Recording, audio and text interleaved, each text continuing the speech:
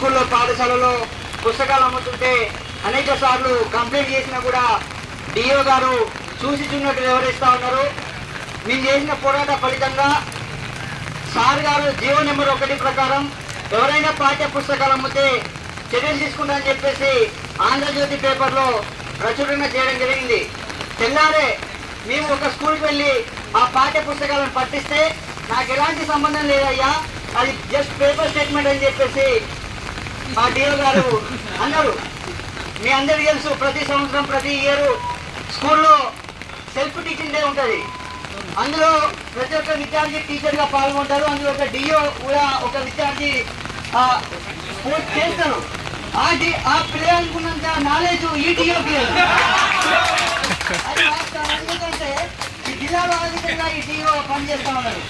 గతంలో కూడా మన్నెగూడెంలో అక్రమ డిప్యూషన్ ఇస్తున్నారని చెప్పేసి మేము ధర్నా చేస్తే కూడా ఫోన్ చేస్తే నేను ఇక్కడ లేనయ్యా, నేను దొర్నాగరంలో అని చెప్తాడు. దొర్నాగరంలో రాయా అంటే రానటువంటి పరిస్థితి. ఈ విధంగా డిఓ విద్యార్థులపై కావచ్చు, ఉపాధ్యాయులపై కావచ్చు ఈరోజు ఈ విధంగా ప్రవర్తిస్తూ ఉన్నారు. కాబట్టి ఈ జిల్లాలో ఉన్నటువంటి డిఓను తక్షణమే సస్పెండ్ చేయకపోతే భారత విద్యార్థి ఫెడరేషన్ ఆధ్వర్యంలో మీ యొక్క ఆధ్వర్యంలో కూడా మా యొక్క పూర్తి సంపూర్ణ మద్దతు ఉంటుంది. భవిష్యత్తులో కూడా ఇటువంటి డిఓలను తక్షణమే పంపించాలా. ఇటువంటి డిఓ వల్ల విద్యాశాఖకు పూర్తిగా బ్యాడ్యం వస్తుంది.